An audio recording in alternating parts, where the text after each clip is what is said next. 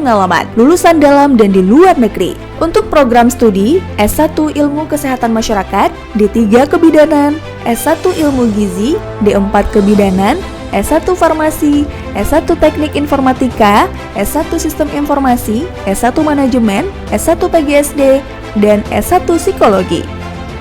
Menghadirkan Fauzia Andika SKMMKes dengan mata kuliah Surveillance Kesehatan Masyarakat, Kairanisa Anwar SSTMKM dengan mata kuliah Gizi Kesehatan Masyarakat, Mutia Paradiba STRKEP MKM dengan mata kuliah Kebutuhan Dasar Manusia, Faradila Safitri SSTMKes dengan mata kuliah Komunikasi dalam Praktik Kebidanan, Nuzulul Rahmi SSTMKes dengan mata kuliah Mutu Layanan Kebidanan, Ulfa Husnadira SSTMKM dengan mata kuliah Kesehatan Ibu dan Anak, Sahbainur Rezeki SSTMKM dengan mata kuliah Imunologi Gizi, Rulia Meilina SFAM MSI dengan mata kuliah Farmasi Rumah Sakit, Susmanto Eskom Mkom dengan mata kuliah Komunikasi Data, Mahendar Dwi Payana SSTMT dengan mata kuliah Pemrograman Web 1, Zuhar Musliana STMT dengan mata kuliah Pemrograman Berbasis Web, Zaufi Ardian Eskom Meng dengan mata kuliah Audit Sistem Informasi, Mulkan Fadil STMkom dengan mata kuliah E-commerce, Armia STMSC dengan mata kuliah Manajemen TV Streaming, Raudatun Nuzul ZA SSTMKes dengan mata kuliah Askap Neonatus, Dwi Rahmalia MPSI dengan mata kuliah Psikologi Perkembangan 1. Acara ini dilaksanakan via Google Meet dan hadir secara live di UB On TV channel 57 UHF setiap hari pukul 9 pagi sampai 15 sore waktu Indonesia Barat. UI, inovasi tiada henti untuk mencetak generasi unggul di masa depan.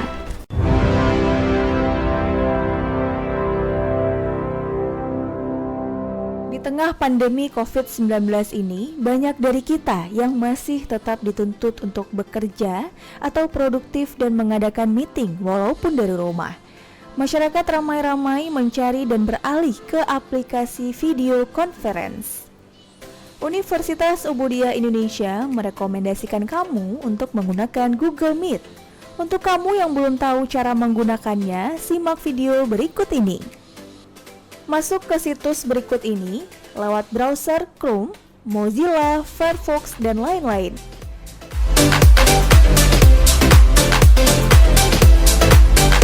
Klik Join or Start a Meeting.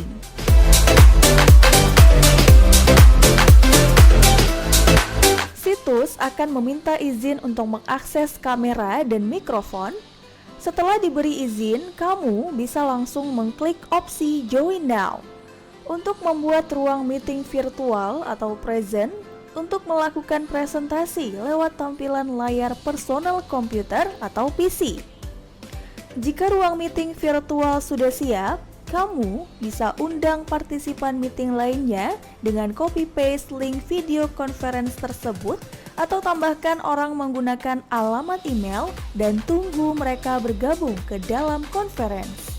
Cara menggunakan Google Meet dengan handphone. Pertama-tama, download terlebih dahulu aplikasi Google Hangout Meet di Play Store Android Anda.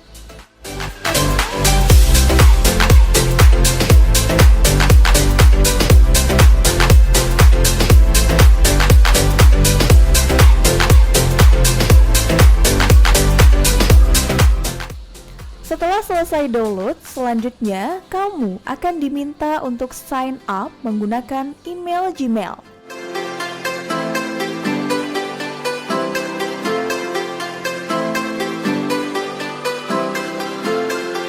Setelah sign up, kamu bisa langsung melakukan percakapan kelompok, baik itu grup chat maupun video conference. Caranya mudah, cukup klik icon di bagian pojok kanan bawah dan pilih New Video Call. Selanjutnya, kamu akan diminta untuk menambahkan partisipan chat menggunakan nomor HP atau email. Apabila kamu ingin menambahkan partisipan chat menggunakan nomor HP, undangan conference akan dikirim lewat SMS. Sementara jika menggunakan email, maka undangan akan masuk ke inbox email. Tunggu hingga semua orang yang diundang masuk ke dalam conference itu. Jika kamu adalah partisipan yang diundang oleh penyelenggara meeting virtual, kamu cukup mengklik link yang dikirim lewat email atau SMS. Setelah itu, kamu akan secara otomatis bergabung dalam video conference tersebut. Sebagai catatan bahwa orang yang tidak diundang ke dalam conference atau yang tidak memiliki akun, ketika ingin bergabung harus mendapatkan persetujuan dari partisipan yang telah bergabung. Hal ini dilakukan untuk menghindari adanya penyusup di meeting yang sedang diselenggarakan. Pemirsa, kita sudah menyaksikan program e-learning live yang pastinya juga dipersembahkan oleh Universitas Umudia Indonesia dari para dosen-dosen di Universitas Umudia Indonesia. Semoga ilmu yang ditampilkan yang pasti juga sudah disajikan bermanfaat bagi para mahasiswa dan juga bagi para pemirsa dan juga masyarakat umum. Jangan lupa pemirsa untuk selalu menyaksikan program e-learning live di UB On TV dari jam 9 sampai jam 3 sore setiap hari, hanya spesial buat Anda, persembahan dari UB On TV dan dipersembahkan oleh Universitas Umudia Indonesia.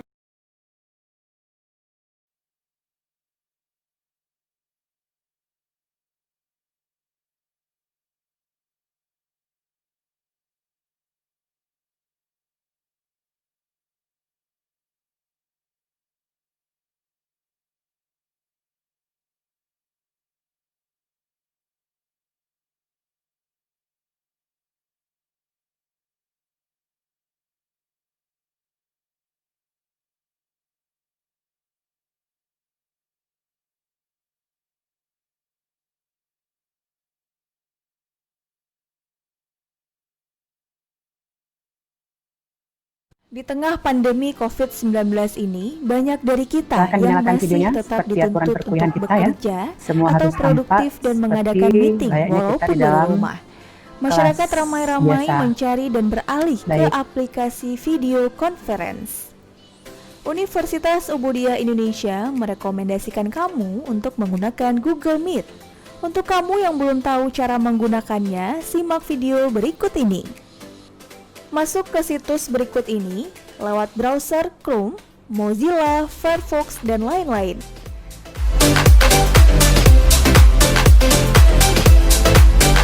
Klik Join or Start a Meeting.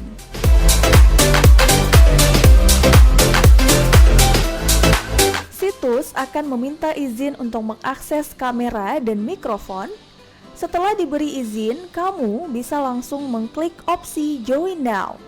Untuk membuat ruang meeting virtual atau present untuk melakukan presentasi lewat tampilan layar personal komputer atau PC.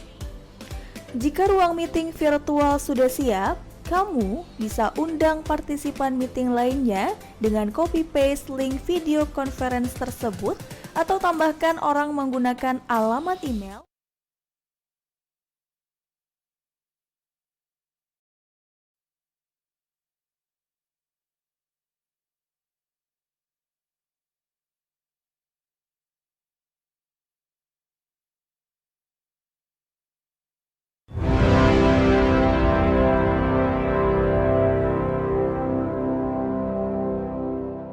Universitas Umudia Indonesia menyelenggarakan program belajar daring melalui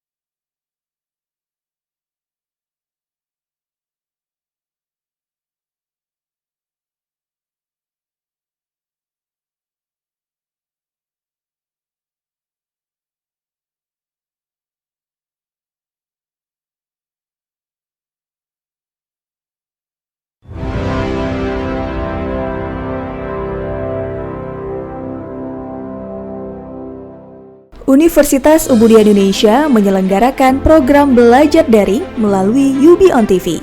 Di tengah pandemi COVID-19 ini, UI terus berinovasi dengan menyelenggarakan perkuliahan secara daring. Saksikan perkuliahan khusus mahasiswa Universitas Ubudia Indonesia semester ganjil dengan praktisi dan akademisi yang berpengalaman, lulusan dalam dan di luar negeri. Untuk program studi S1 Ilmu Kesehatan Masyarakat, D3 Kebidanan, S1 Ilmu Gizi, D4 Kebidanan, S1 Farmasi, S1 Teknik Informatika, S1 Sistem Informasi, S1 Manajemen, S1 PGSD, dan S1 Psikologi.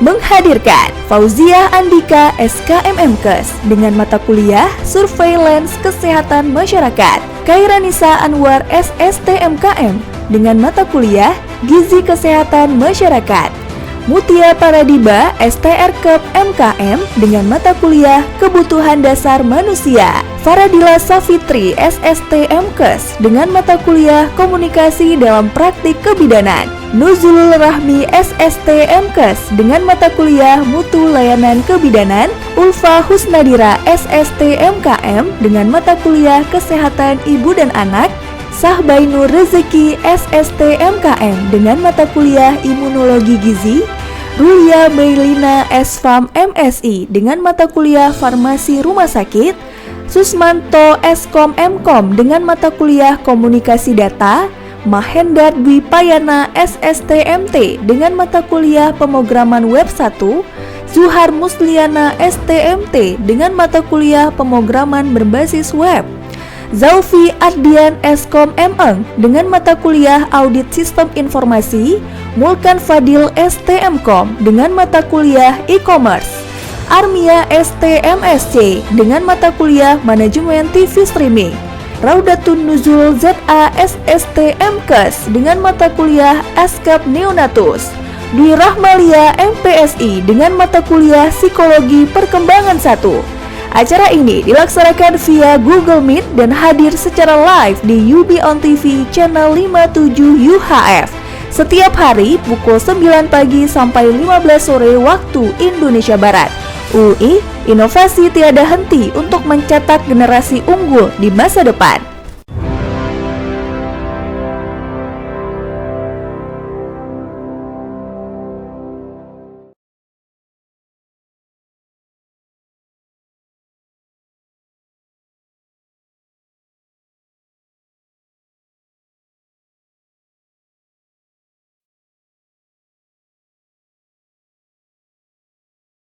Dan tunggu mereka bergabung ke dalam conference. Cara menggunakan Google Meet dengan handphone. Pertama-tama, download terlebih dahulu aplikasi Google Hangout Meet di Play Store Android Anda.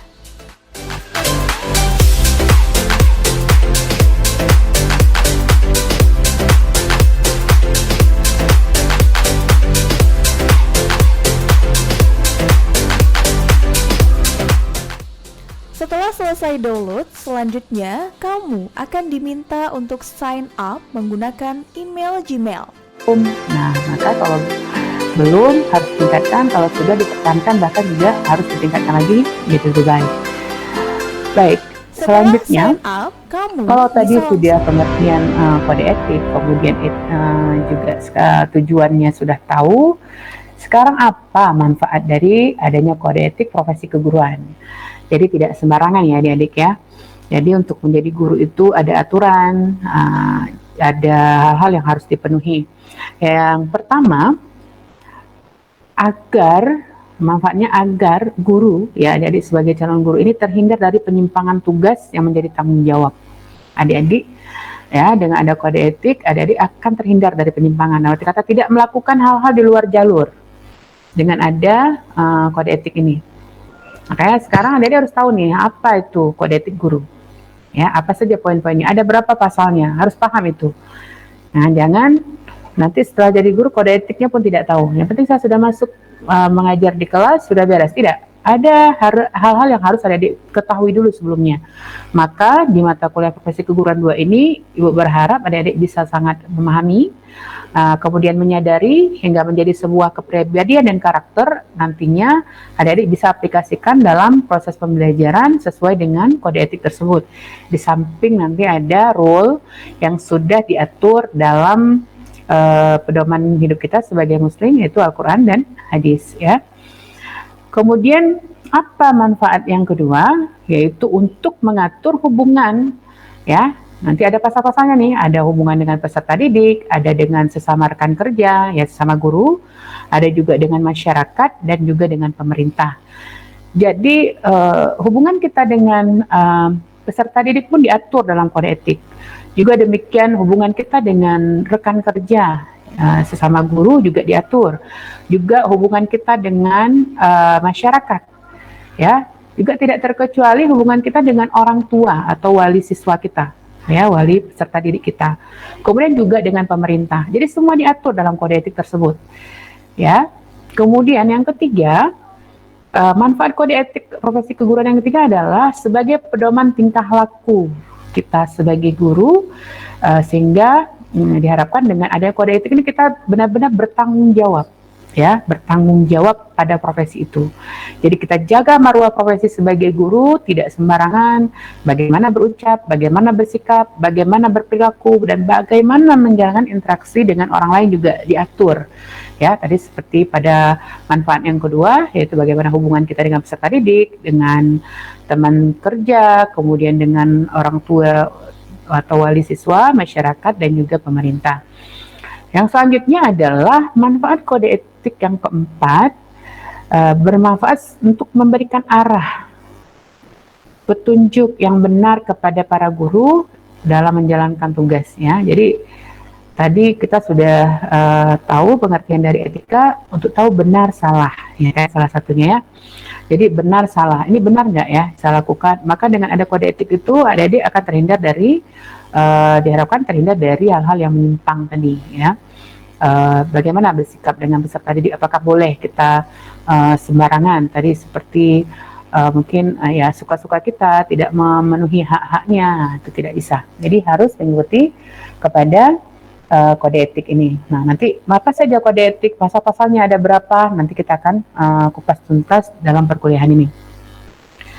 Selanjutnya, adik-adik, untuk mengetahui apa manfaat kode etik ini, sebagaimana tertuang dalam Undang-Undang Nomor 8 Tahun 1974 tentang pokok-pokok kepegawaian pasal 28 yang menyatakan bahwa setiap pegawai, ya siapapun termasuk kita guru, mau di negeri ataupun swasta, tetap kita adalah pegawai yang mempunyai kode etik, ya. Semua punya kode etik. Untuk apa kode etik itu? Ya, untuk sebagai pedoman dalam bersikap, bertingkah laku, dan baik di dalam sekolah maupun di luar. Jadi kode etik ini tidak hanya terpaku ketika adik-adik berada di sekolah. Jadi ketika adik-adik mengajar di kelas saja berlaku, tidak, tapi itu juga berlaku untuk di luar kelas, ya, atau di luar sekolah. Jadi jangan berpikir adik-adik ketika sudah jadi guru maka bersikap sesuai dengan kode etik hanya ketika berada di kelas saja atau di sekolah saja, tidak, tapi itu berlaku juga untuk di luar kelas. Mengapa? Karena tanggung jawab guru untuk mencerdaskan kehidupan anak-anak bangsa ini tidak hanya pada lingkup sekolah, ya, di luar juga. Bahkan masyarakat akan melihat itu siapa, itu misalnya Yusra Mastura ataupun Narpaini gitu, ya, oh seorang guru, maka dia akan melihat secara keseluruhan bagaimana sikapnya, ya, bagaimana kepribadiannya. Masyarakat akan menilai. Nah, jadi walaupun di luar sekolah, adik-adik harus tunjukkan bagaimana layaknya seorang guru. Itu tadi mungkin salah satu pedomannya adalah kode etik guru di Indonesia, nanti yang akan kita kupas, ya. Nah, selain dari kode etik mungkin yang sudah kita bahas pada pertemuan pertama, ya, berlandaskan kepada Al-Quran dan hadis, ya, dan adik-adik juga harus pahamkan itu, sadari itu, karena ilmu tidak hanya pada 3 ranah, harus sampai kepada tingkat kesadaran. Karena kalau tidak, adik-adik hanya menghafal saja, kemudian paham, ya, bisa melakukannya, kemudian dituntut juga harus bisa menyadari menjadi satu perilaku yang bertumbuh, kemudian berkembang menjadi kepribadian dan karakter, ya. Jadi tidak perlu diingatkan, tapi dia sudah paham. Itu harus dilakukan. Bagaimana seorang guru? Bagaimana saya bersikap dengan orang lain, terutama peserta didik dan juga masyarakat sekitar. Baik, adik-adik, sebelum kita lanjutkan, ada yang mau ditanyakan? Ada?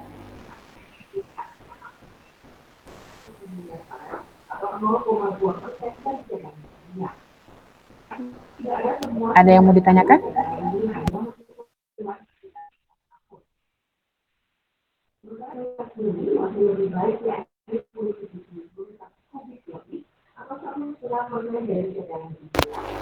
Baik, kalau tidak ada, kita akan break dulu sebentar, ya.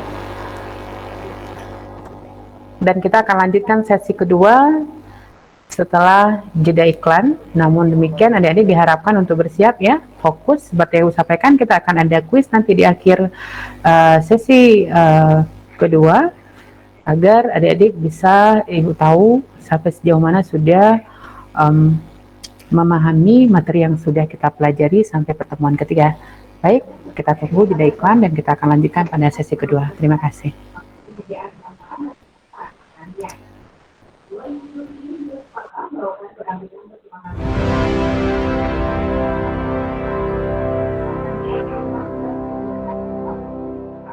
Universitas Ubudiah Indonesia menyelenggarakan program belajar daring melalui UB on TV. Di tengah pandemi COVID-19 ini, UI terus berinovasi dengan menyelenggarakan perkuliahan secara daring. Saksikan perkuliahan khusus mahasiswa Universitas Ubudiah Indonesia semester ganjil dengan praktisi dan akademisi yang berpengalaman, lulusan dalam dan di luar negeri.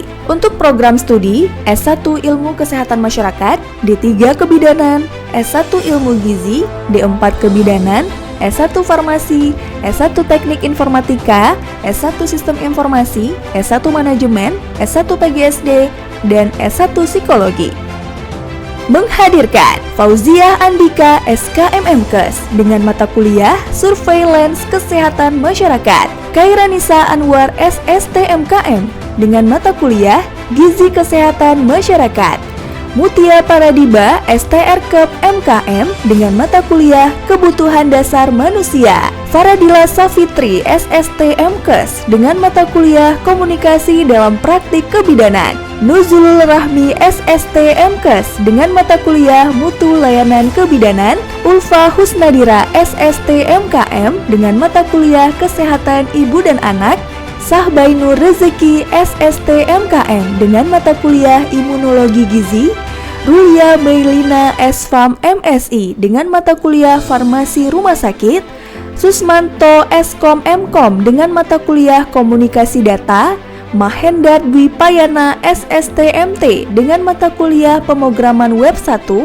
Zuhar Musliana STMT dengan mata kuliah Pemrograman Berbasis Web, Zaufi Ardian Eskom MEng dengan mata kuliah Audit Sistem Informasi, Mulkan Fadil STMkom dengan mata kuliah E-commerce, Armia STMSC dengan mata kuliah Manajemen TV Streaming, Raudatun Nuzul ZA SSTMKes dengan mata kuliah Askap Neonatus, Dwi Rahmalia MPSI dengan mata kuliah Psikologi Perkembangan 1.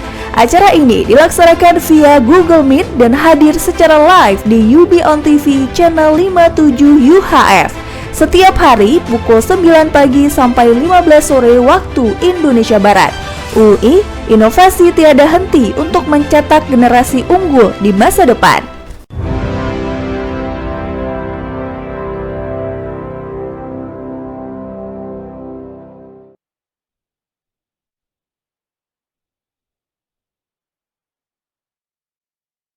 Di tengah pandemi COVID-19 ini, banyak dari kita yang masih tetap dituntut untuk bekerja atau produktif dan mengadakan meeting walaupun dari rumah. Masyarakat ramai-ramai mencari dan beralih ke aplikasi video conference. Universitas Ubudiyah Indonesia merekomendasikan kamu untuk menggunakan Google Meet. Untuk kamu yang belum tahu cara menggunakannya, simak video berikut ini. Masuk ke situs berikut ini lewat browser Chrome, Mozilla, Firefox, dan lain-lain.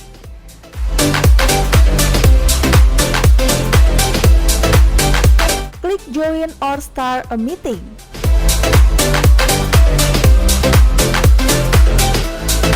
Situs akan meminta izin untuk mengakses kamera dan mikrofon. Setelah diberi izin, kamu bisa langsung mengklik opsi Join Now untuk membuat ruang meeting virtual atau present untuk melakukan presentasi lewat tampilan layar personal komputer atau PC. Jika ruang meeting virtual sudah siap, kamu bisa undang partisipan meeting lainnya dengan copy-paste link video conference tersebut atau tambahkan orang menggunakan alamat email dan tunggu mereka bergabung ke dalam conference. Cara menggunakan Google Meet dengan handphone. Pertama-tama, download terlebih dahulu aplikasi Google Hangout Meet di Play Store Android Anda.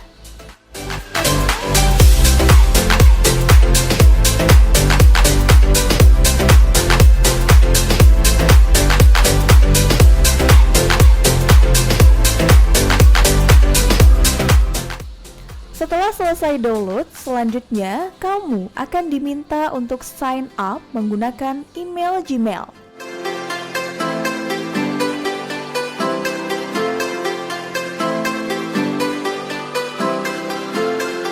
Setelah sign up, kamu bisa langsung melakukan percakapan kelompok, baik itu grup chat maupun video conference. Caranya mudah, cukup klik icon di bagian pojok kanan bawah dan pilih New Video Call. Selanjutnya, kamu akan diminta untuk menambahkan partisipan chat menggunakan nomor HP atau email. Apabila kamu ingin menambahkan partisipan chat menggunakan nomor HP, undangan conference akan dikirim lewat SMS. Sementara, jika menggunakan email, maka undangan akan masuk ke inbox email. Tunggu hingga semua orang yang diundang masuk ke dalam conference itu. Jika kamu adalah partisipan yang diundang oleh penyelenggara meeting virtual, kamu cukup mengklik link yang dikirim lewat email atau SMS. Setelah itu, kamu akan secara otomatis bergabung dalam video conference tersebut. Sebagai catatan bahwa orang yang tidak diundang ke dalam conference atau yang tidak memiliki akun, ketika ingin bergabung harus mendapatkan persetujuan dari partisipan yang telah bergabung. Hal ini dilakukan untuk menghindari adanya penyusup di meeting yang sedang diselenggarakan. Baik adik-adik, kita kembali lagi untuk perkuliahan Profesi Keguruan 2 bersama saya Ibu Herawati SPD, SPDMA. Kita lanjutkan sesi kedua untuk 8 pasal kode etik guru, ya. Semua sudah kembali lagi ya, sudah fokus kembali. Ya, ada 8 pasal di dalam kode etik guru. Ya, ini yang harus benar-benar ada yang dipahami. Yang pertama sekali adalah di situ membahas tentang kewajiban umum dari seorang guru yang diatur bagaimana kewajiban umum dari seorang guru. Kemudian pasal kedua terkait dengan kewajiban guru terhadap peserta didik yang tadi sudah Ibu sampaikan ya. Bagaimana hubungan dengan peserta didik. Kemudian yang ketiga adalah kewajiban kita sebagai guru terhadap orang tua atau wali peserta didik, wali siswa ya. Juga diatur di pasal keempat terkait dengan kewajiban guru terhadap masyarakat. Jadi jangan sampai juga kita sebagai guru tidak mau tahu nih masyarakat seperti apa. Ternyata kita sebagai guru juga punya tanggung jawab, punya kewajiban terhadap masyarakat. Kemudian kewajiban guru terhadap teman sejawat atau sesama para guru ya. Jadi kita juga punya kewajiban. Kemudian yang keenam, kewajiban guru terhadap profesinya sebagai guru. Kita juga punya kewajiban bagaimana cara menjaga marwah, martabat, dan profesi keguruan ini. Kemudian yang ketujuh, pasal ketujuh adalah mengatur tentang kewajiban guru terhadap organisasi profesi, apapun itu, ya. Jadi ada aturan-aturannya yang harus kita laksanakan atau kita patuhi. Kemudian yang terakhir, pasal ke-8 dalam kode etik guru diatur tentang kewajiban kita terhadap pemerintah. Jadi kita juga punya kewajiban terhadap pemerintah. Jadi ada 8 pasal dalam muatan kode etik. Adik-adik bisa nanti lihat langsung di web ya, PGRI. Sebelum kita kupas tentang apa saja 8 pasal tadi secara rinci, Ibu akan menjelaskan sedikit. Ada ikrar guru Republik Indonesia, ada ikrar sumpah janji ya. Sama ini adik-adik sudah pernah dengar apa isi dari sumpah atau ikrar guru Republik Indonesia? Sudah pernah dengar? Sudah pernah tahu? Sudah pernah baca mungkin? Belum? Ya, kalau belum bisa kita lihat di sini. Yang pertama adalah ya, bunyi dari ikrar guru Republik Indonesia. Kami guru Indonesia adalah insan pendidik bangsa yang beriman kepada Tuhan Yang Maha Esa. Jadi sumpahnya bersinergi. Kemarin kita sudah pelajari di pertemuan sebelumnya bahwa kita berjanji sebagai pendidik untuk mendidik generasi bangsa yang beriman kepada Tuhan Yang Maha Esa.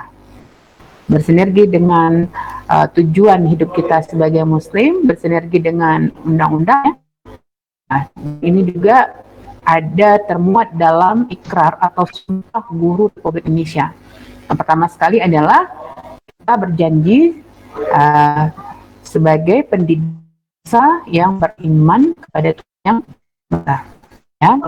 Kemudian ikrar yang kedua, kami guru Indonesia adalah pengemban dan pelaksana cita-cita proklamasi kemerdekaan Indonesia dan mengamal Pancasila yang setia pada Undang-Undang Dasar 1945.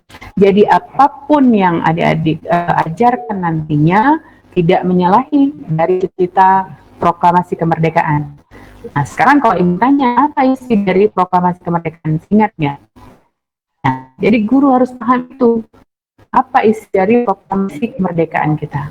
Kemudian adik juga harus tahu sebagai pembela, guru ini sebagai cikal bakal atau sebagai tombak untuk mendidik anak membela dan mengamalkan Pancasila pada Undang-Undang Dasar 1945. Nah, bagaimana adik-adik akan bisa mengajarkan itu? Apapun yang diajarkan itu termuat semuanya untuk mengcover sumpah janji dan kode etik ini kalau adik sendiri tidak paham. Jadi sebelumnya dia harus paham dulu apa isi dari proklamasi kemerdekaan, ya, apa itu Pancasila, butir-butirnya terus ke dalam pengalaman yang harus kita lakukan. Semua yang kita ajarkan itu cover kita untuk mendidik generasi yang Pancasilais. Kemudian juga apa isi dari Undang-Undang Dasar 1945. Nah, kita harus paham itu. Itu kita harus paham, sehingga dengan demikian kita bisa mengajarkan semua materi tidak jauh ataupun tidak bertolak belakang dengan ketiga item ini, ya. Baik itu proklamasi, ya, dalam proklamasi juga dan Pancasila, dan yang ketiga dalam Undang-Undang Dasar 1945. Nah, ini mulai dari sekarang coba kaji kembali, pahami kembali apa cita-cita proklamasi kemerdekaan, ya. Kemudian apa yang harus diamalkan sehingga kita dikatakan sebagai seorang yang berjiwa Pancasilais. Kemudian apa muatan dari Undang-Undang Dasar 1945. Dengan demikian adik-adik nanti bisa mengajarkan itu sesuai dan tidak bertolak belakang atau menyalahi. Ya, tidak mungkin kita bisa mengajarkan itu kalau kita tidak paham dulu. Kemudian yang ketiga, kami guru Indonesia bertekad bulat mewujudkan tujuan nasional dalam mencerdaskan kehidupan bangsa. Jadi salah satu tujuan nasional adalah mencerdaskan kehidupan bangsa. Agar nantinya dengan bangsa yang cerdas, maka kita akan menjadi bangsa yang bermartabat, diperhitungkan di mata dunia, ya. Jadi kalau kita ya sebaliknya, maka tidak akan pernah dihargai. Nah, dengan begitu gurulah sebagai salah satu ujung tombak untuk bisa mewujudkan tujuan nasional ini. Kita dalam Ikrar Guru Republik Indonesia, muatannya salah satu, kita harus bertekad untuk bisa mewujudkan tujuan nasional ini, ya, mencerdaskan kehidupan bangsa. Namun sebelum itu kita dulu harus cerdas. Apa upaya-upayanya, ya? Dan adik-adik harus paham juga apa saja bagian ataupun kecerdasan, ya, multiple intelligence dari anak-anak. Jadi jangan nanti seperti yang sudah kita kaji sebelumnya, kalau dia tidak cerdas dalam satu bidang, maka kita akan menjustifikasi anak-anak dia tidak cerdas, tidak bisa seperti itu.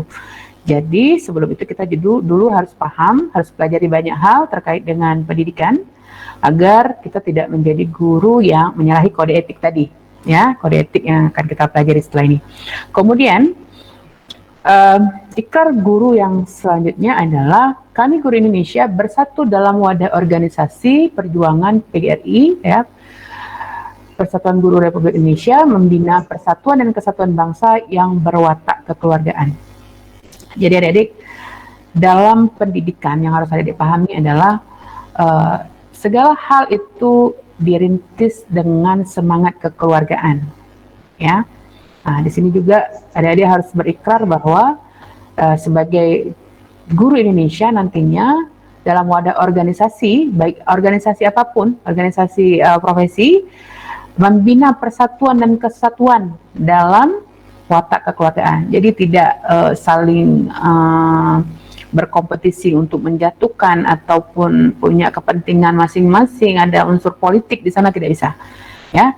Namun adik-adik juga harus paham dalam pendidikan juga ada politik pendidikan, namun politiknya tidak untuk kepentingan individu, tapi politik itu untuk meningkatkan atau untuk menyelesaikan permasalahan, atau ada strategi-strategi tertentu agar pendidikan ini menjadi semakin berkualitas, ya.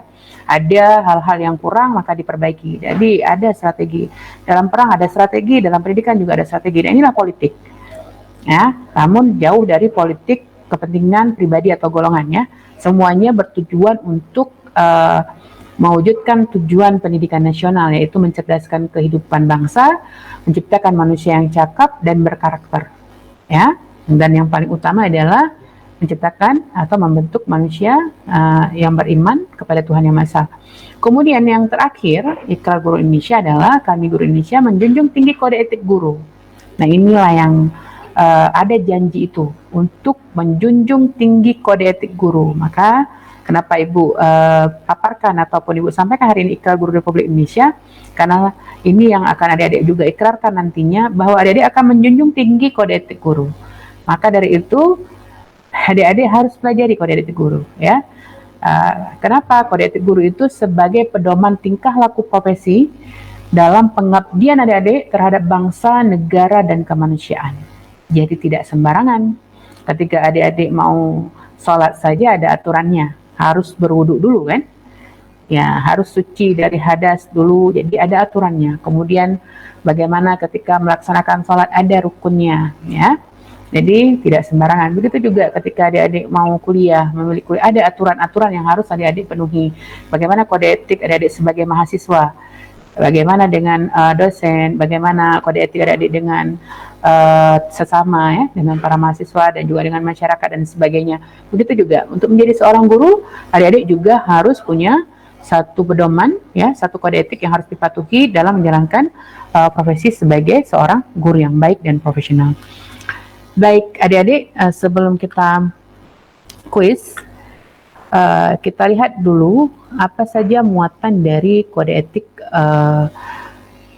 guru Indonesia. Jadi kode etik guru Indonesia ini merupakan keputusan Kongres 21 Persatuan Guru Republik Indonesia nomor 6, ya, garing Kongres garing 21 garing PGRI tahun 2013.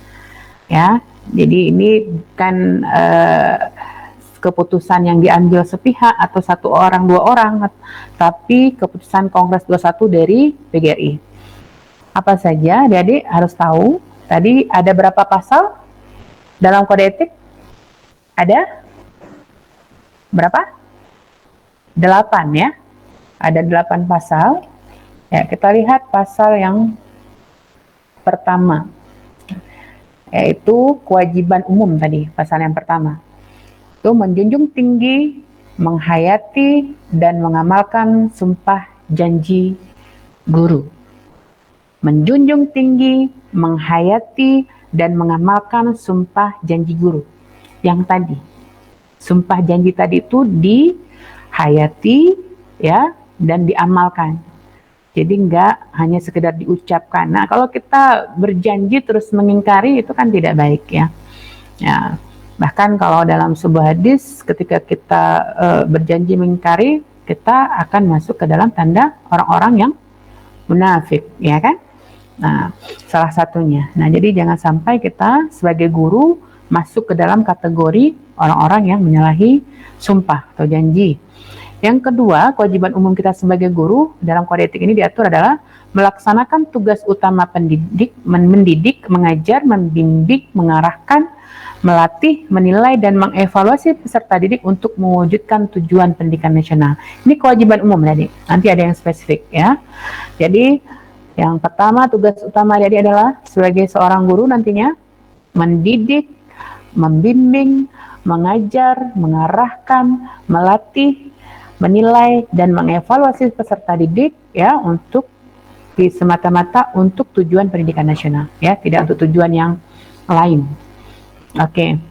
Baik, bagian kedua atau pasal kedua, kewajiban guru terhadap peserta didik. Ya. Kewajiban guru terhadap peserta didik yang pertama, bertindak profesional dalam melaksanakan tugas mendidik, mengajar, membimbing. Nah, jadi intinya semua tadi tugas utama itu harus adik-adik lakukan secara profesional.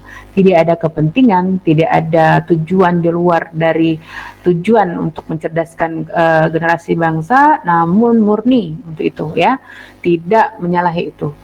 Ya, kemudian memberikan layanan pembelajaran berdasarkan karakteristik individual serta tahapan tumbuh kembang kejiwaan peserta didik. Ini yang terus ibu ulang-ulang. Dalam arti adik-adik harus bisa mendidik anak-anak itu sesuai dengan tingkat kecerdasannya. Jangan adik-adik nanti juga seperti tadi yang ibu sampaikan, mengajar anak-anak tidak sesuai dengan kecerdasannya, tidak sesuai juga dengan karakteristiknya, tidak sesuai juga dengan tumbuh kembangnya. Jangan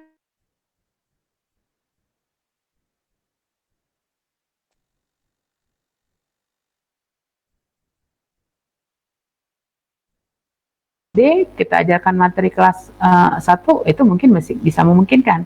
Namun kita lihat bagaimana tahapan-tahapannya, ya.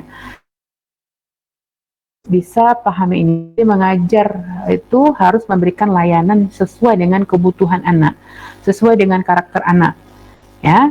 Nah, kita saja misal diajarkan satu konsep, diberikan dulu mungkin konsep yang susah, mungkin akan kewalahan, tapi ajarkan dulu dari konsep dasar dulu, yang paling bawah, kemudian menengah, baru yang sulit. Jadi mudah dulu, menengah, baru yang sulit. Nah, sampai hal itu harus ada dipahami, ya.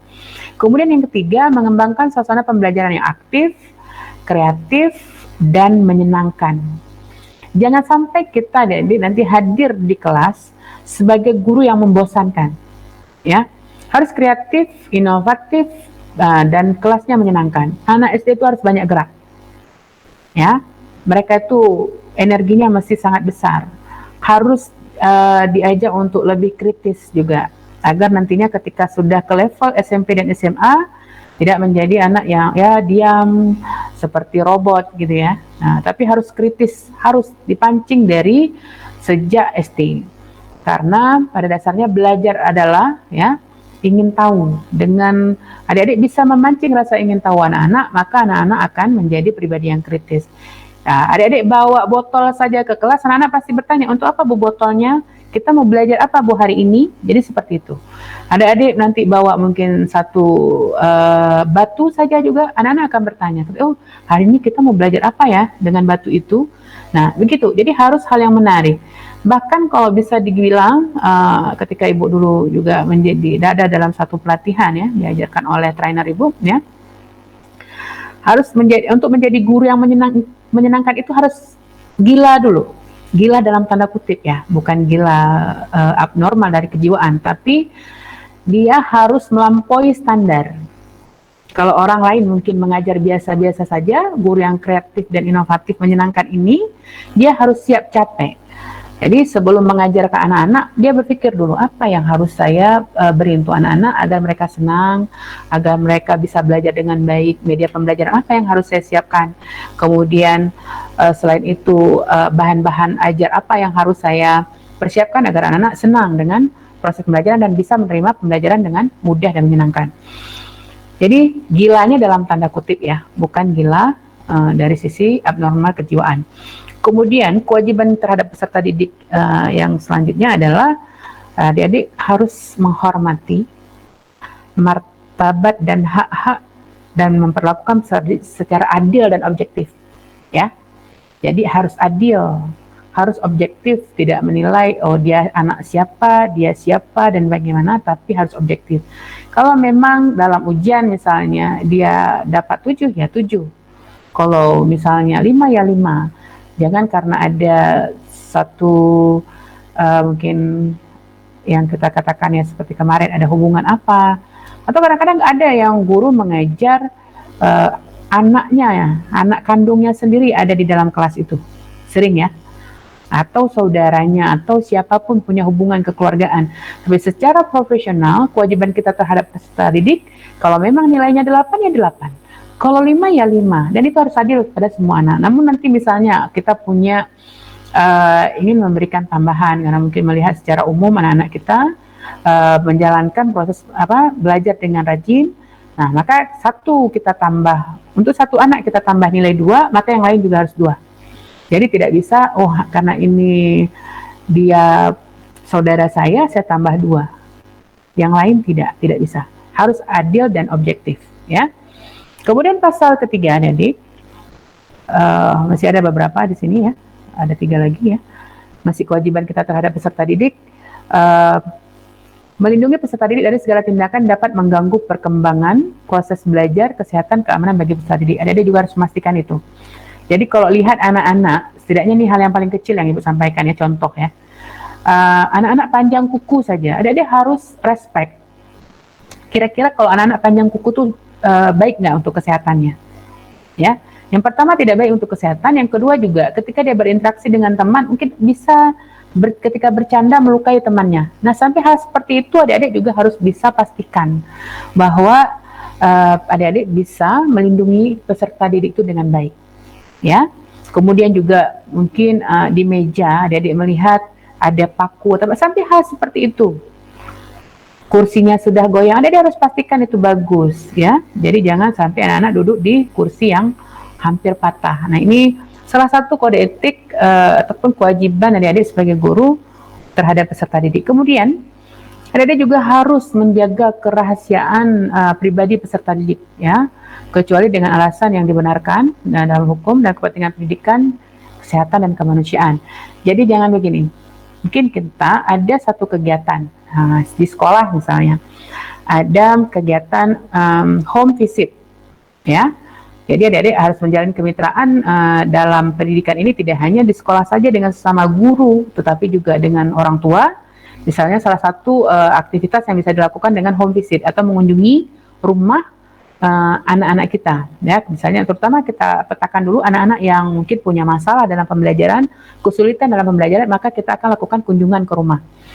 Ketika kita melakukan kunjungan ke rumah, mungkin kita dapat data ya, data tentang anak-anak seperti apa ya. Mungkin ada rahasia-rahasia yang selayaknya tidak kita sampaikan ya kepada orang yang tidak berhak, kecuali tadi ada beberapa tempat yang boleh kita sampaikan, misal ada untuk hukum, ada proses hukum di sana, atau untuk kesehatan, untuk pendidikannya, misalnya kita ada dalam ruang rapat dengan sesama guru, evaluasi anak, itu boleh kita sampaikan.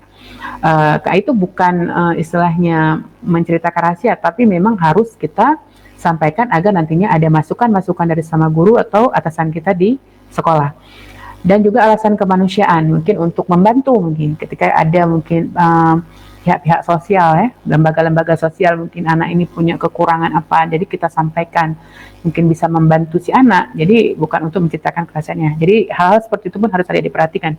Kemudian selanjutnya adalah jadi harus menjaga hubungan profesional dengan peserta didik, tidak memanfaatkan untuk keuntungan pribadi, jangan sesekali, ya, ataupun untuk kepentingan kelompok, sehingga adik-adik diharapkan tidak melakukan hal ini, ya. Jadi jangan memanfaatkan peserta didik untuk, oh ini anak kepala dinas, jadi saya harus dekat-dekat baik-baik nih, biar nanti kalau saya lulus sudah jadi sarjana, cepat nih pengangkatan jadi PNS, ya. Jangan pernah ada terbersit hal seperti itu. Maka niatnya sudah berubah, ya. Dan kalau niat berubah, maka tujuan yang kita harapkan itu juga akan berbelok kemana-mana, ya. Kemudian yang kewajiban yang ketiga, pasal ketiga, ya.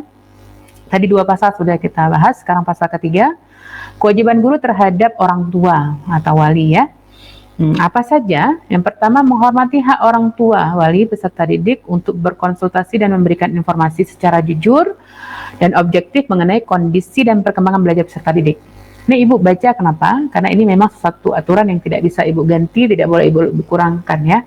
Jadi Ibu bacakan, kemudian Ibu sedikit jelaskan. Jadi adik-adik harus siap dalam segala kondisi nantinya ketika orang tua bertanya, bagaimana anak saya, Bu? Jadi jangan merasa terganggu, ya, karena memang orang tua atau wali itu sebagai mitra dalam mendidik anak. Nggak mungkin adik-adik bisa sendiri dalam mendidik mereka. Karena kenapa? Adik-adik bisa ajarkan anak-anak sekarang misalnya di sekolah, kalau makan harus gunakan tangan kanan, ya nak, dan harus sambil duduk. Nah, di rumah orang tuanya tidak membiasakan, kita tidak komunikasi, kita tidak bermitra dengan orang tuanya, maka apapun yang adik-adik ajarkan di rumah akan termentahkan di sekolah, akan termentahkan di rumah. Nah, seharusnya kita bina, ya, kerjasama itu. Nah, jadi dengan demikian juga ketika orang tua menanyakan kondisi anaknya, bagaimana perkembangan belajar anaknya, kita harus siap. Guru ini salah satu sininya juga hampir-hampir sama dengan dokter lah, siap diganggu kapan saja oleh orang tua, ya. Nah, jika kita sudah siap seperti itu, insya Allah tujuan dari pendidikan yang kita harapkan akan tercapai. Kemudian yang kedua, membina hubungan kerjasama dengan orang tua itu dalam melaksanakan proses pendidikan untuk peningkatan mutu. Nah, tadi, ya, bermitra untuk meningkatkan mutu.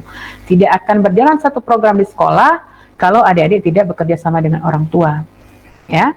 Karena anak-anak biasanya juga lebih lama, apalagi ketika liburan, akan lebih lama waktunya di rumah. Nah, kemudian menjaga hubungan profesional dengan orang tua, wali, peserta didik, tidak memanfaatkan, ini hampir sama tadi, ya. Jadi tidak ada unsur ingin memanfaatkan, ada hal-hal dalam tanda kutip, tidak bisa. Tapi harus mutlak untuk kebaikan anak, mencapai tujuan pendidikan yang sudah diamanahkan kepada kita, ya, mencerdaskan kehidupan bangsa.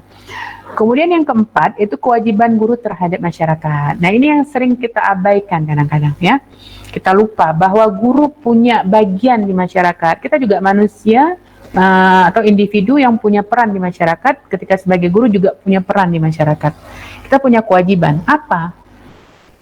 Yang pertama, menjalin komunikasi yang efektif dan bekerja sama yang harmonis dengan masyarakat untuk memajukan dan mengembangkan pendidikan. Jadi harus ada hubungan yang harmonis, ya, bekerja sama dengan masyarakat. Kalau tidak, adik-adik mungkin Ibu bisa sampaikan satu contoh. Kita melarang anak-anak merokok, ya, misal nih salah satu anak laki, ya, biasanya, ya, anak laki melarang anak-anak merokok. Kemudian kita tidak bekerja sama dengan masyarakat. Kita tidak sampaikan, mungkin tidak melibatkan masyarakat dalam program-program pendidikan misalnya. Nah, ada tetangga dekat sekolah jual rokok dan dia jual secara diam-diam kepada anak-anak kita. Nah, ini kan akan membuat tujuan dari pendidikan atau hal yang kita latihkan ke anak itu menjadi semakin sulit karena tidak ada kerjasama tadi, ya. Kemudian misal anak ketika jam belajar membolos, kalau masyarakat tidak dilibatkan, tidak dipahamkan apa urgensi dari pendidikan, bagaimana terlibatan mereka dalam pendidikan, maka mereka akan biarkan anak-anak membolos. Atau ketika melihat anak-anak di luar sekolah, gitu, ya, mereka melakukan hal di luar itu, mereka tidak akan melarang, diam saja. Ya, tapi ketika kita melibatkan masyarakat atau punya hubungan yang baik dengan masyarakat, harmonis, melibatkan mereka dalam berbagai kegiatan di sekolah, Kemudian juga ada sekarang namanya komite sekolah. Nah itu harus kita libatkan juga masyarakat ya di dalamnya. Kenapa? Yaitu tadi agar masyarakat peduli dengan pendidikan, apa-apa yang kita lakukan mereka juga paham, sehingga ketika nanti melihat anak-anak di luar melakukan hal yang tidak benar, mereka juga ikut mengingatkan. Jadi masyarakat juga guru bagi siswa kita sebenarnya.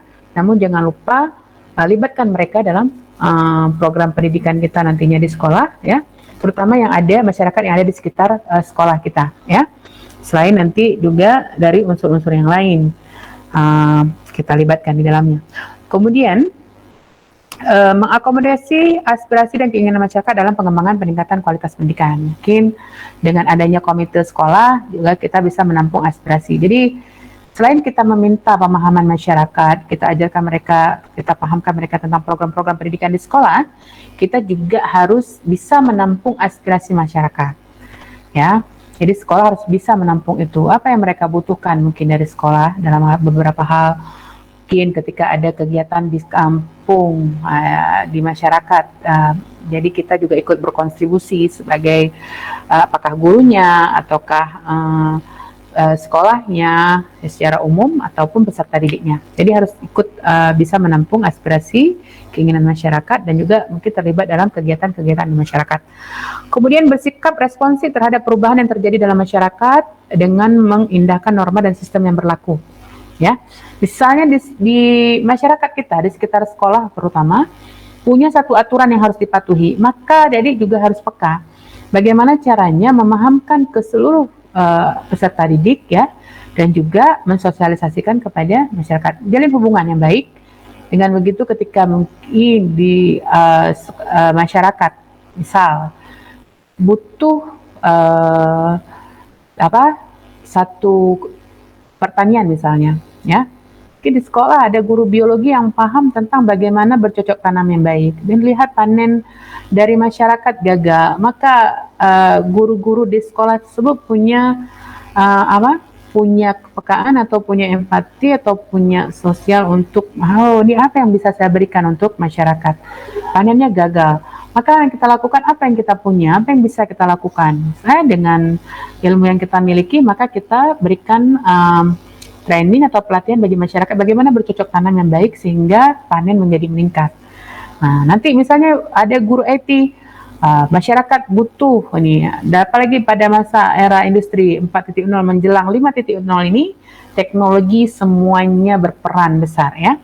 Jadi semua berbasis teknologi, maka ada guru IT, peka bagaimana melihat masyarakat ini butuh ya, maka kita lakukan training atau pelatihan terkait dengan pengembangan teknologi di masyarakat agar masyarakat lebih cakap. Dengan demikian ketika sekolah juga punya satu program terkait dengan itu, masyarakat juga bisa ikut mendukung. Kemudian yang keempat adalah bersama-sama dengan masyarakat berperan aktif untuk menciptakan lingkungan sekolah yang kondusif ya tadi ya. Jadi nggak ada nanti masyarakat kalau kita nggak libatkan, ya pentingnya bagaimana menjaga kondusivitas dari sekolah ketika ada masyarakat yang punya ternak misalnya ya. Karena dia nggak paham, kita nggak libatkan dia dalam proses pendidikan, tidak membina hubungan yang baik, maka ternak itu mungkin ketika sudah pulang sekolah dimasukkan ke dalam lingkungan sekolah, makan rumput-rumput di sana, akhirnya juga pohon-pohon, kemudian bunga-bunga yang ada di sekolah jadi tidak terjaga.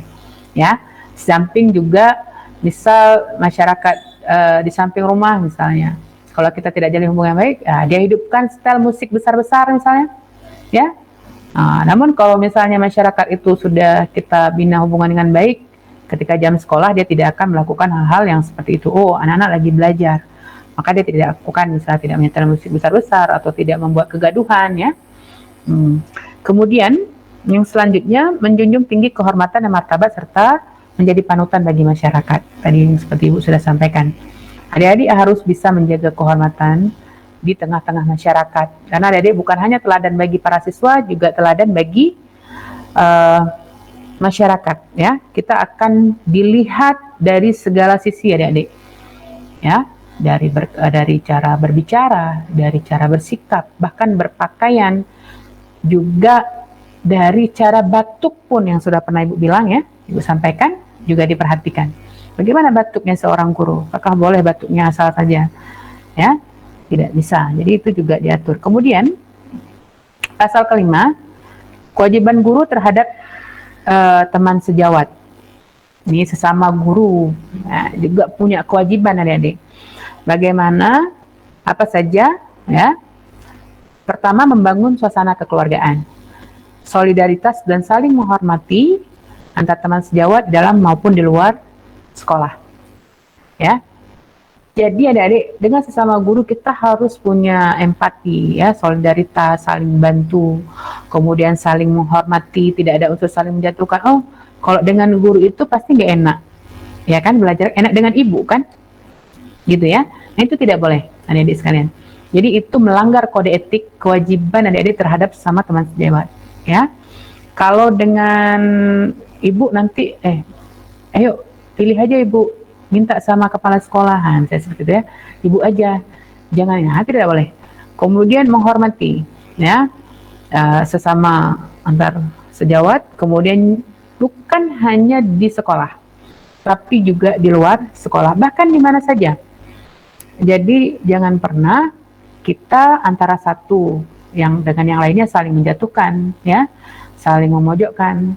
Bahkan bagaimana caranya kita saling berkolaborasi antara satu sama lainnya sehingga tujuan pendidikan bisa tercapai. Misal nih, guru kelas dia butuh guru BK, ya. Ketika muridnya punya masalah, kesulitan belajar atau butuh bimbingan, maka guru kelas bisa minta bantuan kepada guru BK. Kemudian juga guru agama misal bersinergi dengan guru kelas.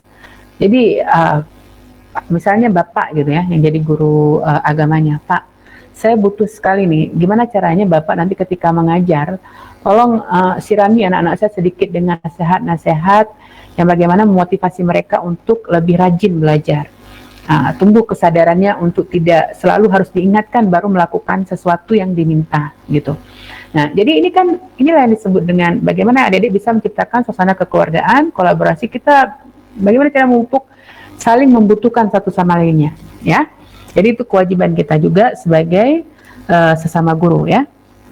Kemudian adik-adik juga harus pastikan saling berbagi ilmu tadi, pengetahuan, teknologi, seni, keterampilan, dan pengalaman, serta saling memotivasi untuk meningkatkan profesionalitas dan martabat guru.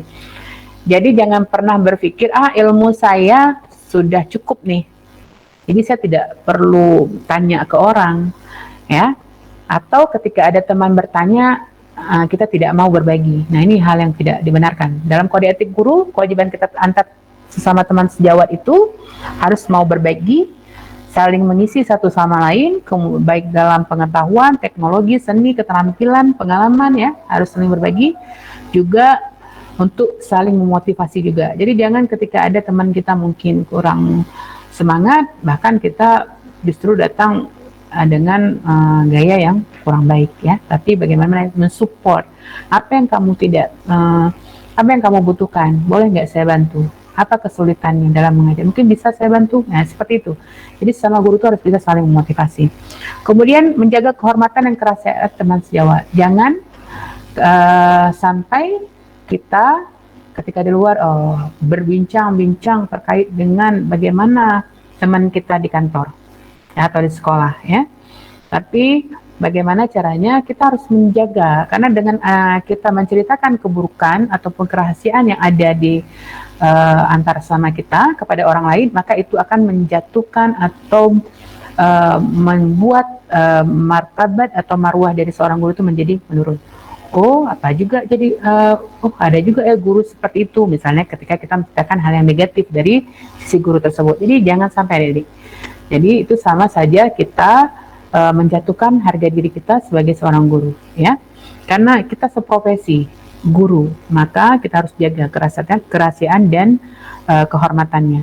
Kemudian sebisa mungkin dan wajib, ya, kita menjaga atau menghindari tidak melakukan tindakan-tindakan yang berpotensi konflik, ya, antara sejawat.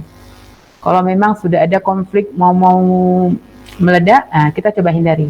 Kalau ada yang sudah mulai agak panas, kita mundur sedikit. Atau ketika sudah terlalu jauh, kita coba sedikit bersabar ya.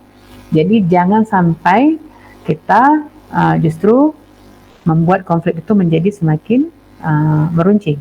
Kemudian kewajiban guru terhadap profesi, ya, terhadap profesinya sebagai guru, menjunjung tinggi jabatan guru sebagai profesi, mengembangkan profesionalisme secara berkelanjutan sesuai dengan kemajuan ilmu pengetahuan dan teknologi untuk meningkatkan mutu. Jadi adik-adik harus peka nih, sebagaimana yang Ibu sampaikan sebelumnya juga, bahwa pengetahuan pendidikan terus berkembang cepat sekali, ya, sangat cepat. Kenapa? Setiap hari banyak di sudut manapun di dunia orang melakukan riset. Jadi perkembangan pengetahuan dan pendidikan itu semakin cepat ya, dan berubah-ubah ya. Ada beberapa pengetahuan yang terus begitu ya. Kalau misalnya dalam bidang agama ya, ada terkait dengan tauhid, nah itu tidak bisa berubah. Tapi kalau hal-hal yang lain, sosial, nah itu pendidikan akan cepat sekali berubah karena itu mengikuti pada perkembangannya. Kemudian melakukan tindakan dan atau mengeluarkan pendapat yang tidak merendahkan martabat profesi guru. Dengan pernah jadi melakukan tindakan-tindakan yang mencoreng martabat guru. Dan dalam melaksanakan tugas tidak menerima janji dan pemberian dapat mempengaruhi keputusan dan tugas profesi. Jadi jangan sampai berbuat sesuatu karena mau disogok atau apa ya. Kemudian melaksanakan tugas secara bertanggung jawab terhadap kebijakan pendidikan. Nah, ini kewajiban terhadap profesi. Kemudian pasal ke-7, Ibu percepat sedikit ya. Kewajiban guru terhadap organisasi, mentaati peraturan, berperan aktif ya, kemudian memajukan organisasi, kemudian juga menjadi pusat peningkatan, melakukan tindakan dan sebagainya. Kemudian kewajiban guru terhadap pemerintah juga ada ya, menjaga persatuan dan kesatuan kehidupan bangsa, berperan dalam melaksanakan program pembangunan pendidikan, melaksanakan ketentuan yang ditetapkan pemerintah. Mungkin untuk kode etik ini nanti kita bisa share ya, adik-adik bisa pahami. Kalau ada yang tidak jelas nanti bisa bertanya ke Ibu ya via Japri, atau bisa dengan telepon atau juga via email agar nantinya adik-adik bisa paham dengan baik. Baik, kita tutup untuk sesi kedua dan kita padai sampai jeda iklan berikut ini.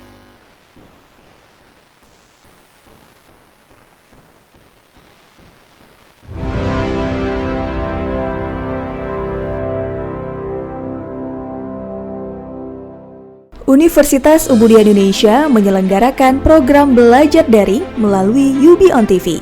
Di tengah pandemi COVID-19 ini, UI terus berinovasi dengan menyelenggarakan perkuliahan secara daring. Saksikan perkuliahan khusus mahasiswa Universitas Ubudiyah Indonesia semester ganjil dengan praktisi dan akademisi yang berpengalaman, lulusan dalam dan di luar negeri. Untuk program studi S1 Ilmu Kesehatan Masyarakat, D3 Kebidanan, S1 Ilmu Gizi, D4 Kebidanan, S1 Farmasi, S1 Teknik Informatika, S1 Sistem Informasi, S1 Manajemen, S1 PGSD, dan S1 Psikologi.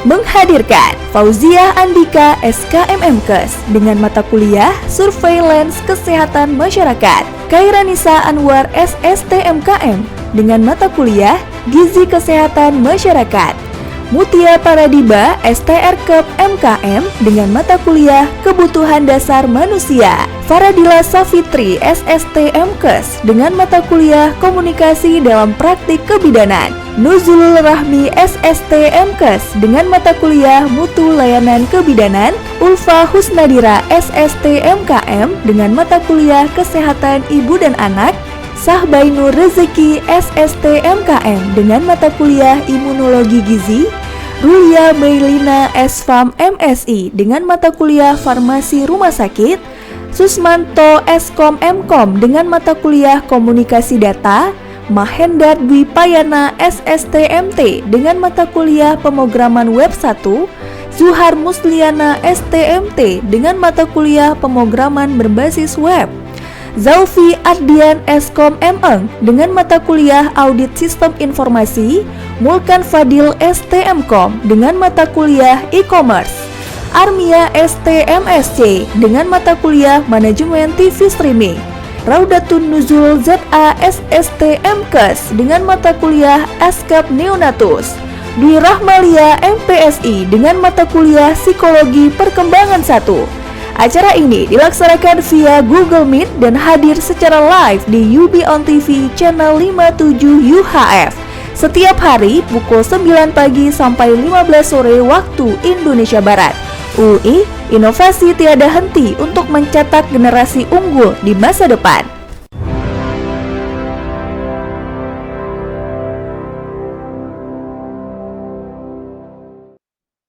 Di tengah pandemi COVID-19 ini, banyak dari kita yang masih tetap dituntut untuk bekerja atau produktif dan mengadakan meeting walaupun dari rumah. Masyarakat ramai-ramai mencari dan beralih ke aplikasi video conference. Universitas Ubudiyah Indonesia merekomendasikan kamu untuk menggunakan Google Meet. Untuk kamu yang belum tahu cara menggunakannya, simak video berikut ini. Masuk ke situs berikut ini lewat browser Chrome, Mozilla, Firefox, dan lain-lain.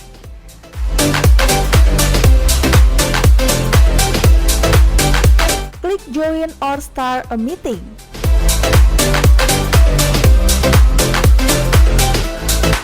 Situs akan meminta izin untuk mengakses kamera dan mikrofon. Setelah diberi izin, kamu bisa langsung mengklik opsi Join Now. Untuk membuat ruang meeting virtual atau present untuk melakukan presentasi lewat tampilan layar personal komputer atau PC. Jika ruang meeting virtual sudah siap, kamu bisa undang partisipan meeting lainnya dengan copy-paste link video conference tersebut atau tambahkan orang menggunakan alamat email dan tunggu mereka bergabung ke dalam conference. Cara menggunakan Google Meet dengan handphone. Pertama-tama, download terlebih dahulu aplikasi Google Hangout Meet di Play Store Android Anda.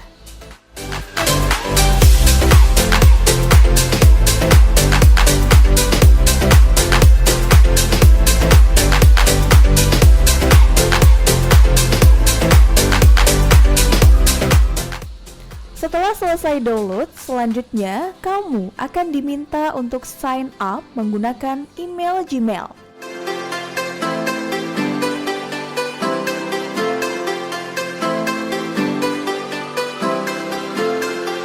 Setelah sign up, kamu bisa langsung melakukan percakapan kelompok, baik itu grup chat maupun video conference. Caranya mudah, cukup klik icon di bagian pojok kanan bawah dan pilih New Video Call. Selanjutnya, kamu akan diminta untuk menambahkan partisipan chat menggunakan nomor HP atau email. Apabila kamu ingin menambahkan partisipan chat menggunakan nomor HP, undangan conference akan dikirim lewat SMS. Sementara, jika menggunakan email, maka undangan akan masuk ke inbox email. Tunggu hingga semua orang yang diundang masuk ke dalam conference itu. Jika kamu adalah partisipan yang diundang oleh penyelenggara meeting virtual, kamu cukup mengklik link yang dikirim lewat email atau SMS. Setelah itu, kamu akan secara otomatis bergabung dalam video conference tersebut. Sebagai catatan bahwa orang yang tidak diundang ke dalam conference atau yang tidak memiliki akun, ketika ingin bergabung harus mendapatkan persetujuan dari partisipan yang telah bergabung. Hal ini dilakukan untuk menghindari adanya penyusup di meeting yang sedang diselenggarakan. Pemirsa, kita sudah menyaksikan program e-learning live yang pastinya juga dipersembahkan oleh Universitas Ubudiyah Indonesia dari para dosen-dosen di Universitas Ubudiyah Indonesia. Semoga ilmu yang ditampilkan yang pasti juga sudah disajikan bermanfaat bagi para mahasiswa dan juga bagi para pemirsa dan juga masyarakat umum. Jangan lupa pemirsa untuk selalu menyaksikan program e-learning live di UB On TV dari jam 9 sampai jam 3 sore setiap hari, hanya spesial buat Anda, persembahan dari UB On TV dan dipersembahkan oleh Universitas Ubudiyah Indonesia. Baik adik-adik, kita bertemu lagi di sesi ketiga untuk mata kuliah Profesi Keguruan 2, untuk khususnya program studi pendidikan guru sekolah dasar Universitas Muhammadiyah Indonesia. Baik, sudah 2 sesi berlalu, Ibu berharap adik-adik sudah pahami dengan baik setiap materi kita. Jika ada yang tidak jelas, bisa nanti kita lakukan diskusi. Namun dalam sesi kali ini sedikit berbeda dengan pertemuan sebelumnya. Kita akan adakan sedikit kuis ya, untuk tidak banyak, hanya 3 soal saja, untuk mengukur sampai sejauh mana adik-adik sudah memahami materi perkuliahan kita selama 2 kali pertemuan dan 3 kali pertemuan untuk hari ini. Jadi sudah, insya Allah nanti minggu depan pertemuan keempat ya. Bahkan kita akan tidak sulit soalnya, hanya 3 soal, tapi di sini butuh kajian dan analisis dari masing-masing adik-adik. Yang pertama, soal yang pertama, ya, siapa itu guru? Soal yang pertama, siapa itu guru? Gampang ya soalnya ya. Ya. Kemudian yang kedua, Ibu pakai sedikit berbeda ya dalam soalnya. Aku adalah seorang calon guru, maka ada banyak hal yang harus aku perbaiki dan tingkatkan untuk dapat mewujudkan diri sebagai seorang guru yang profesional, guru yang berkompeten, dan guru yang beretika. Oke, sudah dipahami soalnya? Yang kedua? Sudah? Sudah ya? Oke, diulang. Baik. Aku adalah seorang calon guru, maka ada banyak hal yang harus aku perbaiki dan tingkatkan untuk dapat mewujudkan diri sebagai seorang guru yang profesional, guru yang berkompeten, dan guru yang beretika. Ya, soalnya sedikit berbeda, karena ada juga dalam membuat soal untuk anak-anak juga nanti harus berbeda, ya, jangan kaku. Kemudian yang ketiga, sudah, yang kedua sudah selesai? Sudah ya? Baik, kita lanjutkan soal ketiga. Bagaimana hubungan tujuan pendidikan di Indonesia dengan Quran surah Az-Zariyat ayat 56? Itu sudah Ibu ulang, Ibu kaji, Ibu bahas di pertemuan pertama. Ya, siapa itu guru? Di pertemuan pertama dan kedua, mungkin hari ini juga ada sedikit ya, walaupun tidak terlalu banyak, kita lebih banyak membahas tentang kode etik. Kemudian yang untuk soal kedua itu kita sudah bahas di pertemuan pertama, pertemuan kedua, ya, terkait dengan guru profesional dan guru berkompeten. Kemudian untuk guru yang beretika untuk pertemuan kali ini. Baik, sudah dicatat semuanya? Sudah. Baik, adik-adik punya waktu untuk menyelesaikan, buat saja secara ringkas ya, tapi jelas dan mengena. Dalam waktu ini kita sudah tepat pukul 15.18, ada sekitar 20 menit ya. Baik, 20 menit. Silahkan dikerjakan ya. Kalau sudah selesai, boleh angkat tangan. Sebelum kita tutup nanti kita akan bernyanyi ya. Bernyanyi sedikit untuk memotivasi bagaimana seorang guru. Dan ini juga Ibu dapatkan dari training-training bagaimana saat melatih diri menjadi guru yang kreatif. Jadi kalau ada lagu anak-anak, kita bisa ambil aransemennya, kita ganti liriknya, tidak masalah. Selama itu tidak kita jual ya. Jadi tidak dianggap menjiplak, hanya untuk memberikan istilahnya kesenangan bagi anak-anak dalam belajar, itu saja. Baik, silakan dikerjakan. Mungkin untuk tim TV kita minta sedikit ketika anak-anak mengerjakan bisa jeda iklan saja.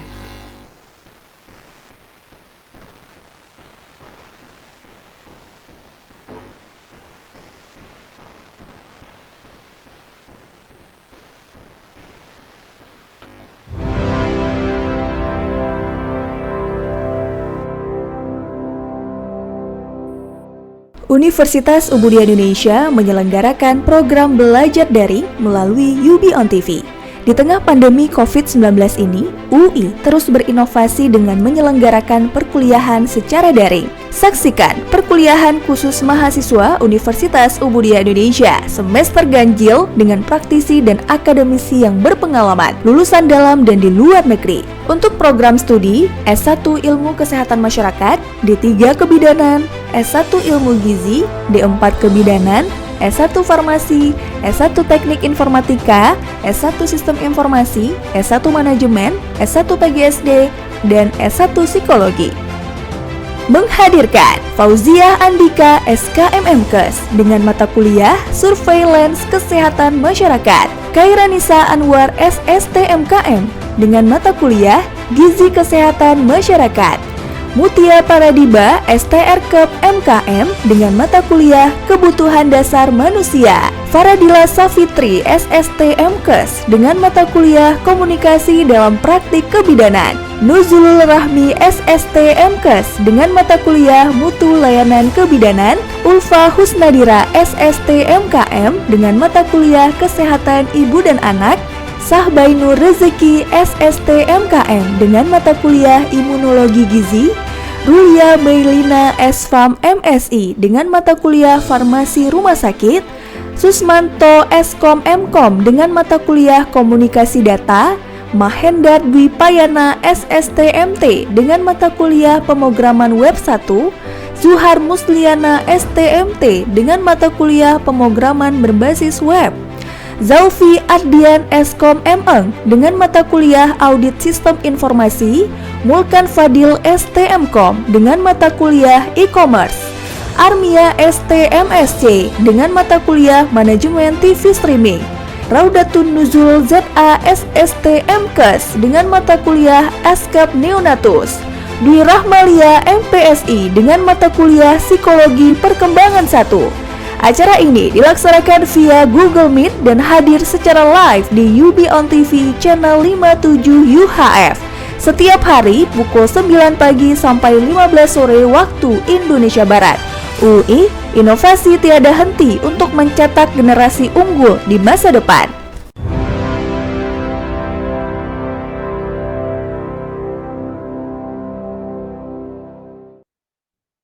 Pemirsa, kita sudah menyaksikan program e-learning live yang pastinya juga dipersembahkan oleh Universitas Ubudia Indonesia dari para dosen-dosen di Universitas Ubudia Indonesia.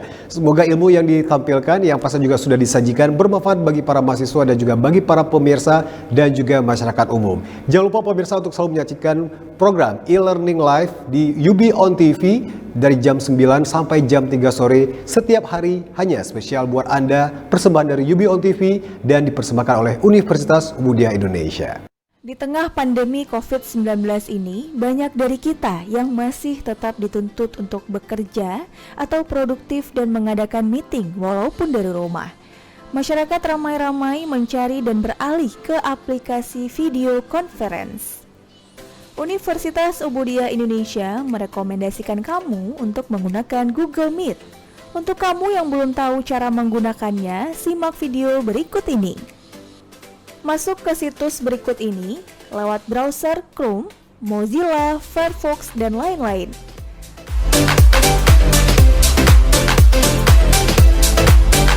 Klik Join or Start a Meeting.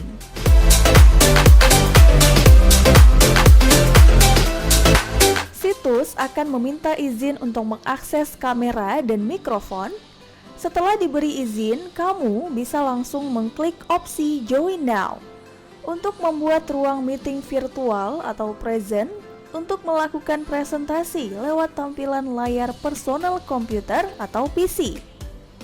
Jika ruang meeting virtual sudah siap, kamu bisa undang partisipan meeting lainnya dengan copy-paste link video conference tersebut atau tambahkan orang menggunakan alamat email dan tunggu mereka bergabung ke dalam conference.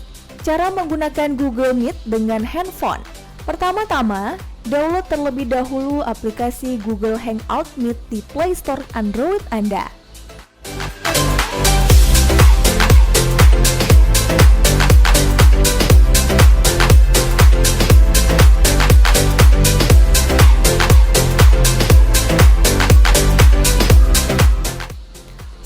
selesai download, selanjutnya kamu akan diminta untuk sign up menggunakan email Gmail.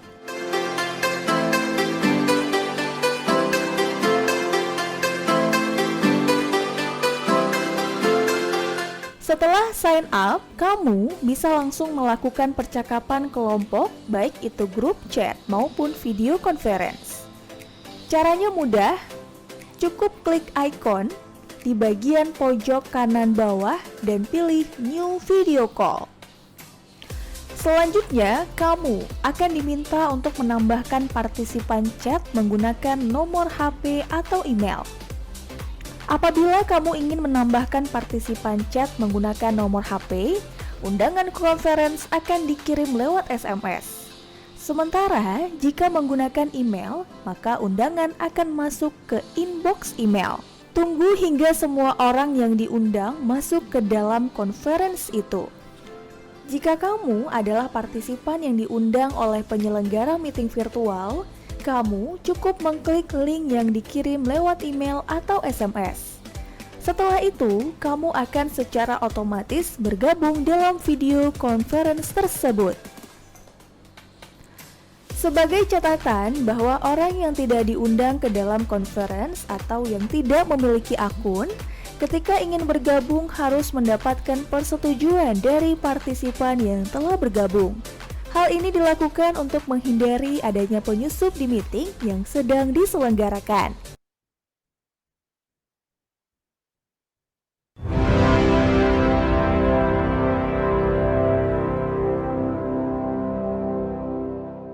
Zoom merupakan salah satu aplikasi video conference yang popularitasnya meroket sejak pandemi COVID-19.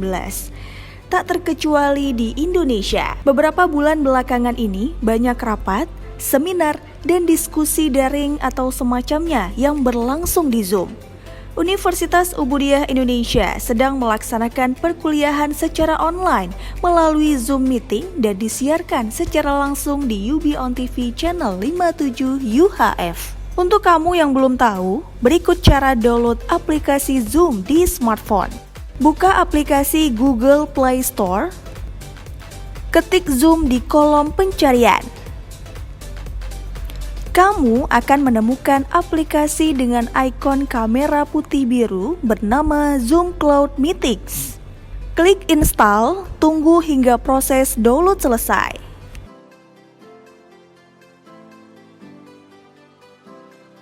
Selanjutnya, setelah proses download dan instalasi selesai, buka aplikasi Zoom. Kamu akan menemukan 3 pilihan: Join a Meeting, Sign Up, Sign In. Untuk kamu yang ingin mengunduh atau download Zoom di laptop, maka dapat melihat tutorialnya sebagai berikut ini. Pastikan laptop kamu terhubung ke jaringan internet, buka browser, kunjungi situs resmi Zoom atau ketik zoom.us pada bagian alamat, masuk ke halaman Download Center dan tekan tombol download. Akan muncul menu pop-up download dan tekan tombol save file. Tunggu hingga proses pengunduhan selesai. Jalankan file tersebut untuk memulai install Zoom di laptop Anda. Selamat, kamu telah berhasil mengunduh dan menginstal Zoom di laptop.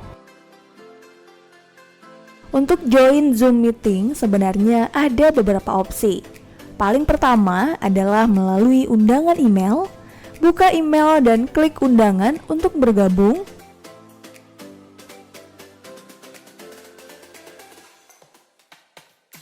Setelahnya, kamu akan diminta untuk mengunduh atau meluncurkan Zoom.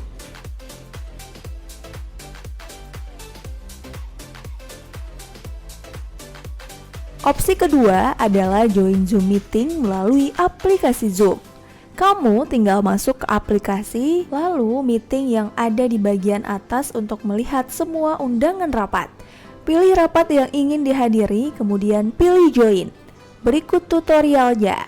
Buka aplikasi Zoom Cloud Meeting. Setelah aplikasi Zoom telah terpasang di HP, laptop, ataupun PC, silakan buka aplikasi tersebut di desktop atau HP.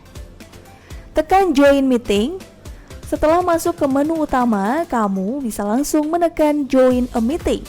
Tanpa memiliki akun Zoom, sebenarnya Anda sudah bisa ikut bergabung ke dalam pertemuan online. Namun, bila ingin memiliki akun, Anda bisa login terlebih dahulu. Masukkan ID meeting,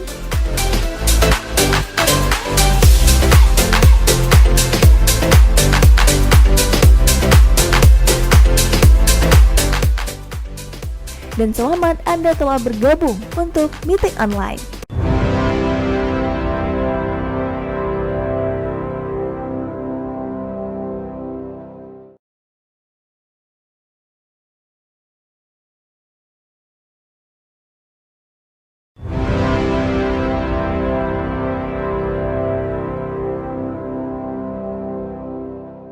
Universitas Ubudiah Indonesia menyelenggarakan program belajar daring melalui UB on TV.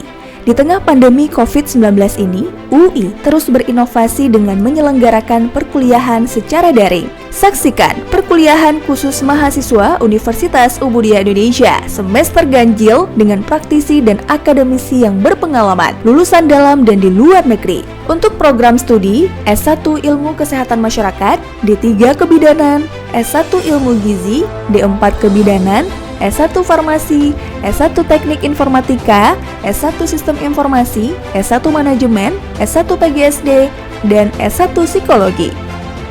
Menghadirkan Fauzia Andika SKMMKes dengan mata kuliah Surveillance Kesehatan Masyarakat, Kairanisa Anwar SSTMKM dengan mata kuliah Gizi Kesehatan Masyarakat, Mutia Paradiba STRKEP MKM dengan mata kuliah Kebutuhan Dasar Manusia, Faradila Safitri SSTMKes dengan mata kuliah Komunikasi dalam Praktik Kebidanan, Nuzulul Rahmi SSTMKes dengan mata kuliah Mutu Layanan Kebidanan, Ulfa Husnadira SSTMKM dengan mata kuliah Kesehatan Ibu dan Anak, Sahbainur Rezeki SSTMKM dengan mata kuliah Imunologi Gizi, Rulia Meilina SFAM MSI dengan mata kuliah Farmasi Rumah Sakit, Susmanto Eskom Mkom dengan mata kuliah Komunikasi Data, Mahendar Dwi Payana SSTMT dengan mata kuliah Pemrograman Web 1,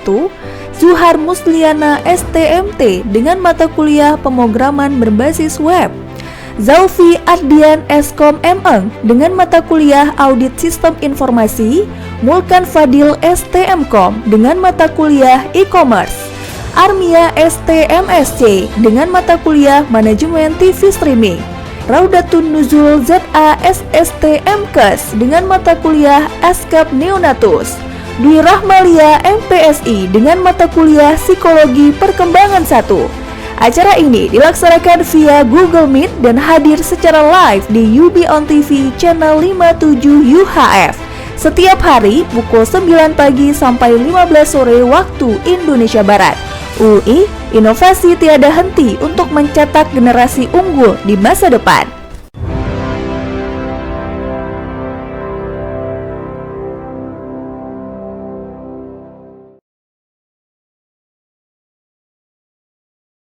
Pemirsa, kita sudah menyaksikan program e-learning live yang pastinya juga dipersembahkan oleh Universitas Ubudiah Indonesia dari para dosen-dosen di Universitas Ubudiah Indonesia. Semoga ilmu yang ditampilkan yang pasti juga sudah disajikan bermanfaat bagi para mahasiswa dan juga bagi para pemirsa dan juga masyarakat umum. Jangan lupa pemirsa untuk selalu menyaksikan program e-learning live di UB on TV dari jam 9 sampai jam 3 sore setiap hari, hanya spesial buat Anda, persembahan dari UB on TV dan dipersembahkan oleh Universitas Ubudiah Indonesia.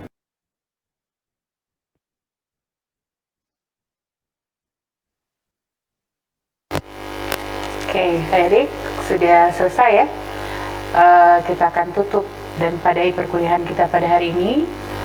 Ibu beri waktu dari 5 menit setelah live ditutup, adik-adik mengumpulkan, mengirimkan hasilnya ke grup ya perkuliahan kita. Dan sebelum ditutup, Ibu mau mengajak adik-adik untuk bernyanyi dulu. Ya.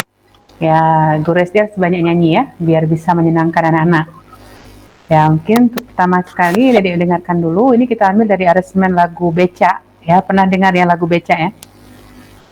Pernah ya? Ya. Kami ada di sini demi ridho ilahi, saling berkasih sayang, teman untuk berbagi.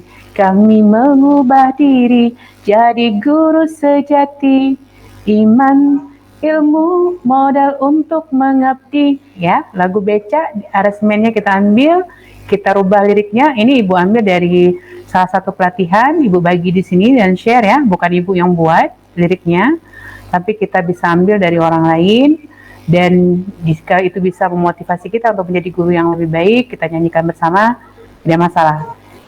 Mas Tura, sudah bisa ikut bergabung untuk bernyanyi dulu sebelum kita tutup? Bisa, Bu. Ikut bersama ya. Baik, Isra, Mas Tura mana ya? Arpaini. Baik, kita nyanyi sekali lagi ya, Yusra ya, bersama dengan Mas Tura. Ayo kita mulai, 1, 2, 3. Kami ada di sini demi ridho ilahi, saling berkasih sayang, teman untuk berbagi.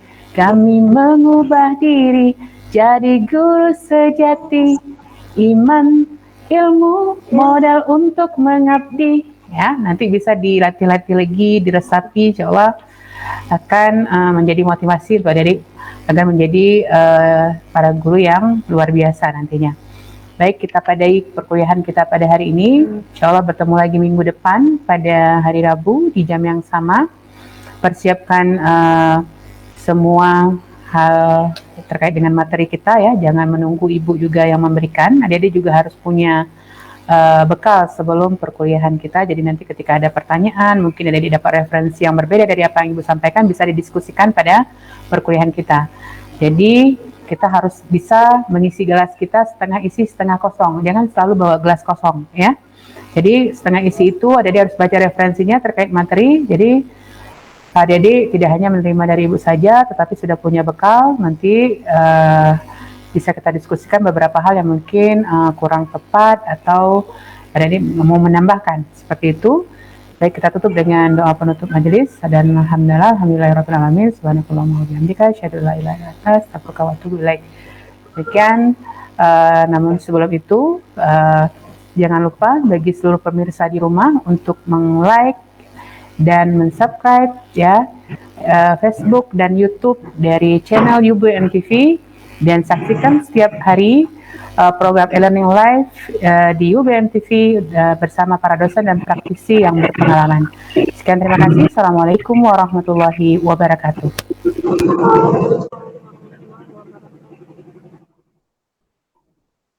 Pemirsa, kita sudah menyaksikan program e-learning live yang pastinya juga dipersembahkan oleh Universitas Umudia Indonesia dari para dosen-dosen di Universitas Umudia Indonesia. Semoga ilmu yang ditampilkan yang pastinya juga sudah disajikan bermanfaat bagi para mahasiswa dan juga bagi para pemirsa dan juga masyarakat umum.